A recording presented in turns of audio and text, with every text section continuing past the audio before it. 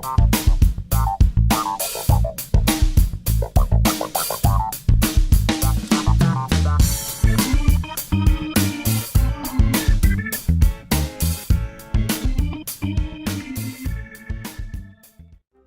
welcome back to my channel. This is Canadian Retro. Got another pickups video for you here. I seem to be getting really lucky lately. A lot of really interesting stuff in here. A lot of this might be for trade though. We'll have to see. Obviously when I do that I'll mention it and things like that, but I'll get started immediately. It was half price day at the Goodwill, so I decided to pick up this title here. It's Trivial Pursuit. For the PlayStation 2, and probably asking yourself, why would you pick something like that up? It's just because it's factory sealed, and I know some collectors are really into sealed games, so although it's not really worth that much for $250, why not? It's a sealed game. I might be able to trade that off to someone. So if you're interested in sealed games and that's what your focus of your collection is, that might be something that you're interested in. The next thing was a really good find though. Really happy to be able to find this in a thrift shop. It does need a little bit of work on it, but it's not in too bad a shape when it comes down to it.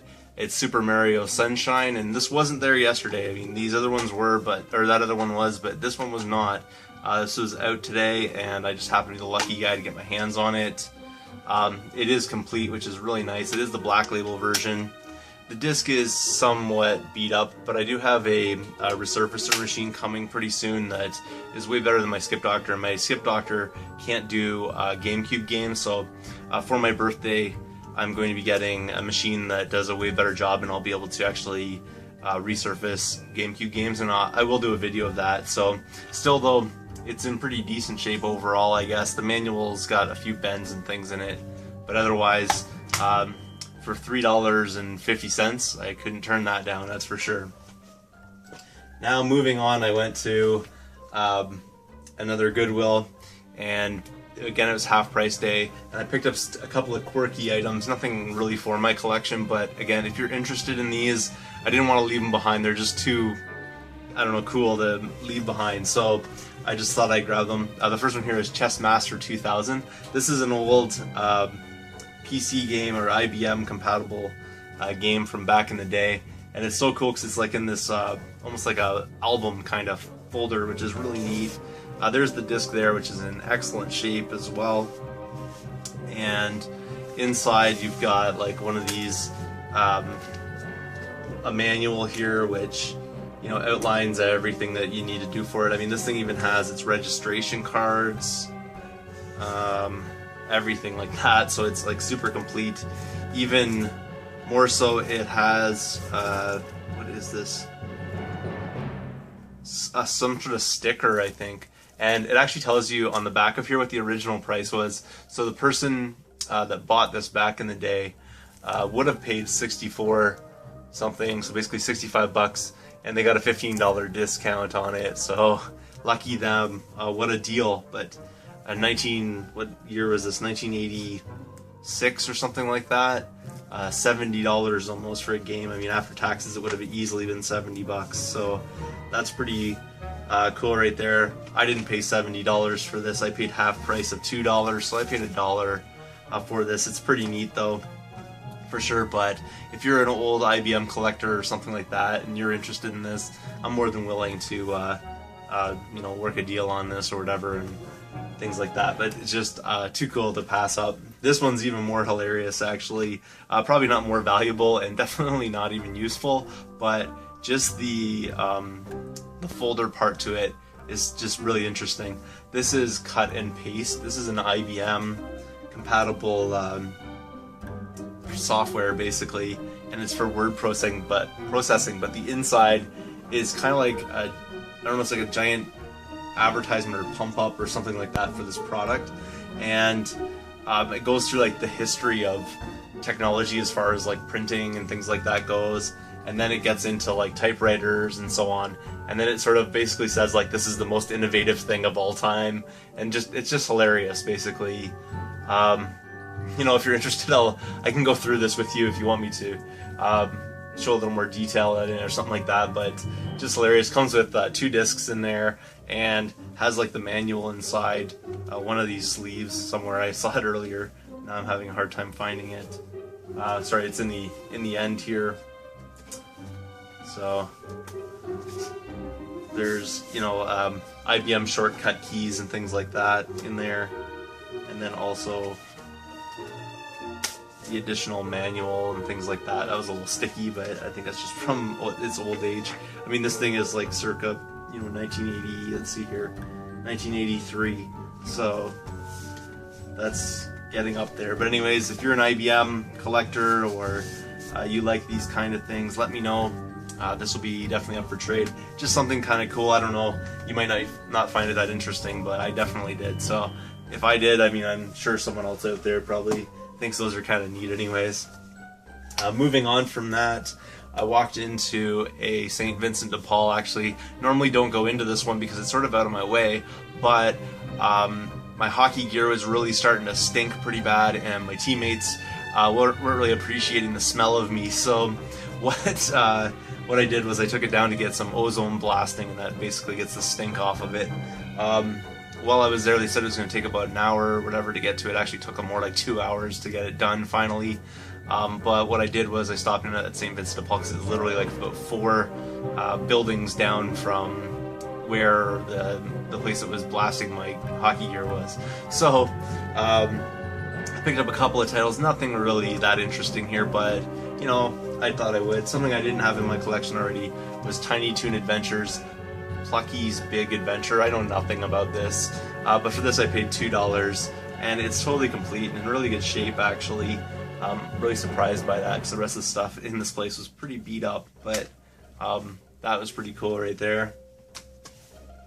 Then I also picked up a copy of NBA Live 97, not that I'm really into the sports titles for the Genesis, but it's not complete.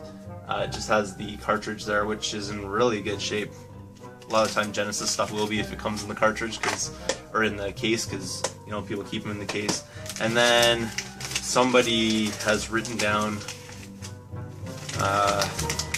it seems like to me, lyrics or something that they must have written. So I'll probably get rid of that because that's not really, you know, my thing. It looks like, I don't know, whatever, it doesn't really matter. It basically looks like a poem or like song lyrics or something like that. So anyways, that's gonna go in the garbage. But, you know, for a Genesis case, even though it's missing one of the top tags here, it's nice to at least get that. Again, that was $2, so I wasn't gonna leave that behind, just for the case alone even. Might be tempted for $2. And then I picked up Tomb Raider 2, but it's not actually Tomb Raider 2. What this is disc 1 of Final Fantasy VII, and unfortunately the disc is kind of scratched up, but like I said, I want to use this on the new equipment I get. I'll test it out on the disc and see how it goes. And then the other one is Cardinal Sin, and it's in similar condition, kind of scratched up. But both of them for, you know, $1 each basically.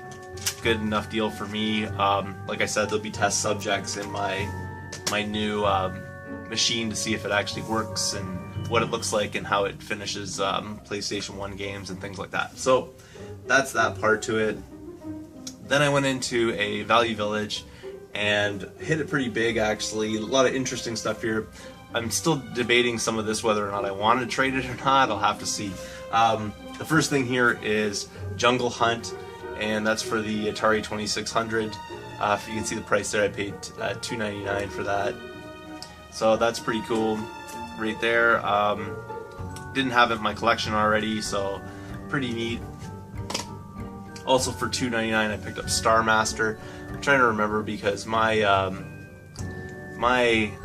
haven't really been keeping track much of my Atari collection. It's not really one of my areas of interest, so kind of, you know, somewhat interesting though right there.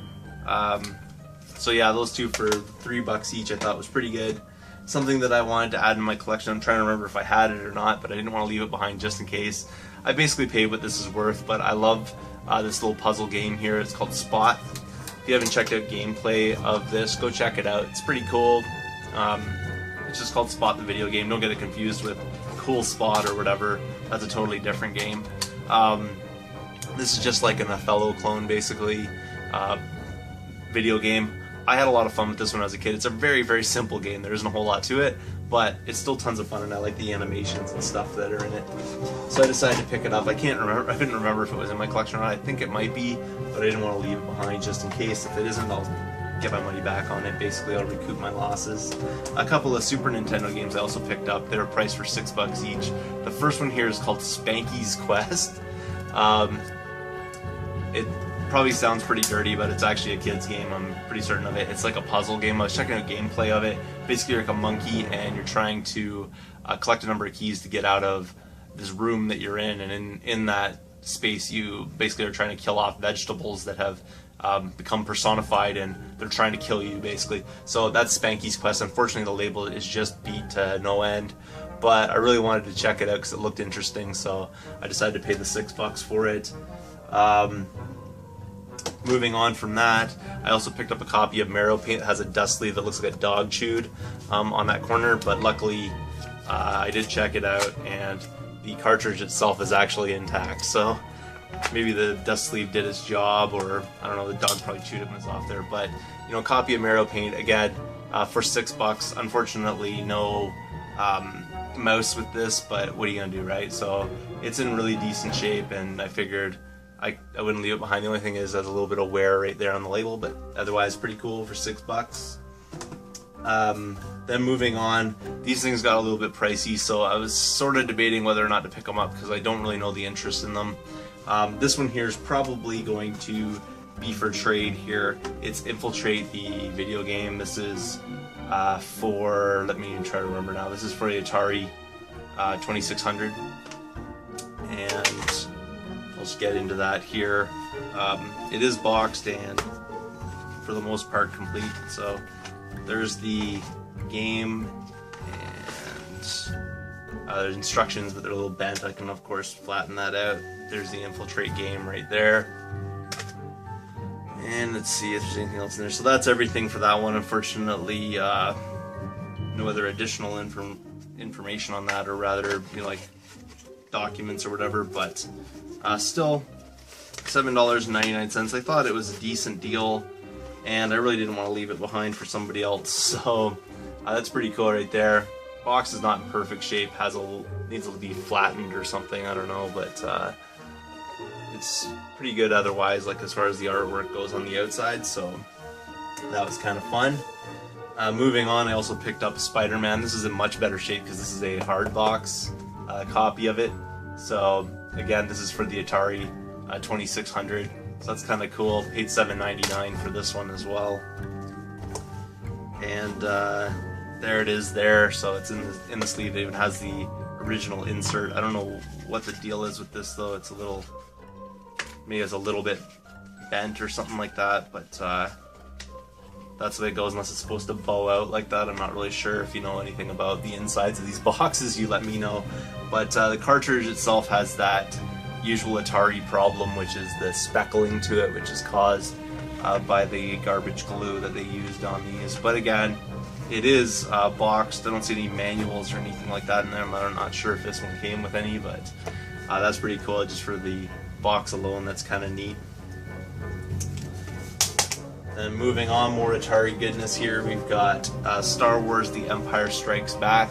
The thing with this one is the bottom flap is a little busted, but if you know how to fix that, basically it's just like a refold. I might have to re-glue it down or something like that. I don't really know what technique to do with that, but I would like to fix it up anyways.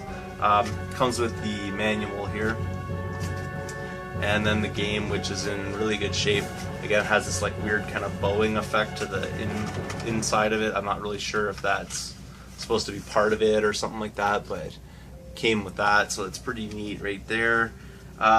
This is the kind of thing that I was talking about before. I think it's super cool. Like, it has all the Star Wars stuff, and I love Star Wars. But at the same time, I don't think I'll ever actually play this game, so I'm sort of debating whether or not I want to hold on to this.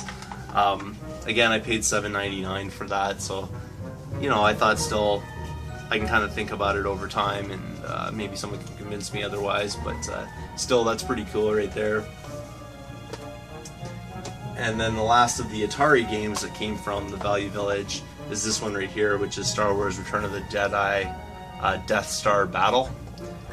That's pretty cool right there. open it up inside, you've got the instructions as well, which is really nice, and then the cartridge, which is in really good shape. Unfortunately, it doesn't come with that cool kind of Star Wars sort of insert that the other one had, but still, it's the way it comes, I'm sure, so that's pretty cool right there. Cartridge is in just impeccable shape. This one was a little more pricey. For some reason, they decided to price this one for $9.99, but I sort of went for it. Again, the box here is in great shape, so pretty happy with that. Just have to put a little, get the little bit of the dust or whatever off of it, and it's pretty good to go. Maybe a little bit of wear here and there, but that's about it for that one. Moving on, same store. I mean, just that's what I'm saying. Like, it's kind of crazy. There's so much stuff from one store, but again, this was a little pricey. It was $10 for Super Paper Mario. Unfortunately, probably because this came from GameStop, they got rid of the instructions for this, which is kind of a bummer. I didn't have this in my collection. Now I do, obviously. The disc here is in pretty decent shape, so you know, it's not a horrible price, I think, for this game, but still at the same time, it would have been nice to get that a little bit cheaper. But that's what they're starting to do at the Value Village. Is anything they see things like you know, Star Wars or Mario and things like that, they start cranking up the prices on it. So still, that game's probably going to go in value over time, so I'm going to hold on to that. That's pretty cool. Moving on, I walked into a Talese, which hasn't really been too fruitful for me lately, but I ended up getting some stuff that I really wanted to get in my collection, so I'll get started with that. The first thing, which I already have in my collection, although this one might replace it because this label is like nearly perfect, is Yoshi. And for this one here, I paid $5, which I think is generally what this goes for. Nothing major, but I wasn't going to leave this behind. It's just way too pristine, and you know, if I need to or whatever, I can sell my other copy for at least that. Moving on though, I found a game that I wanted to add to my collection, but it's just been ridiculously priced online, so decided to you know, pick it up today when I saw it. Super C. For this one here, I also paid $5, which is really awesome because people locally are just asking outrageous prices for, you know, popular NES stuff these days, so that's awesome. And then the final one is something that I've been searching for since I basically started collecting for the NES, have not found it for a good deal. Finally got it for $5 today. Unfortunately, the label's a little beat up, but it's Mega Man 2. And super happy to pick that up for $5, let me tell you, because beat up copies locally have been people trying to get $25, $30, and I just wasn't really willing to go that route with it, and I finally got my hands on a copy of this. So super wicked. It's a little bit beat up, like in the hinges and stuff like that, and it's not broken or anything like that, so it's still solid and everything. It'll clean up pretty nicely though, I think, as with all those, they're kind of dirty, but that's the way it goes. That's everything that I picked up today. Really happy with a lot of stuff. Really pumped about these for sure. As far as Super Mario Sunshine and all those other ones, I mean, those are going to be great trade. Happy to pick this up, although not really pleased with the price, but just lots of good things there. All those Atari things, I'm still debating whether or not I want to hold on to them. If you're an Atari collector and you can entice me out of these things, let me know. But it's just the outside artwork alone is just impressive to me. Like, I just really would like to keep those, but I'm sort of on the fence about it. I do have an Atari, but I don't really have any intention of ever hooking it up, so I'm sort of debating whether or not with that. Again, like I said, try to convince me out of it if you want. Thanks again for watching. If you haven't subscribed yet, please do feel free to thumbs up this video, comment down below, and I will see you all later.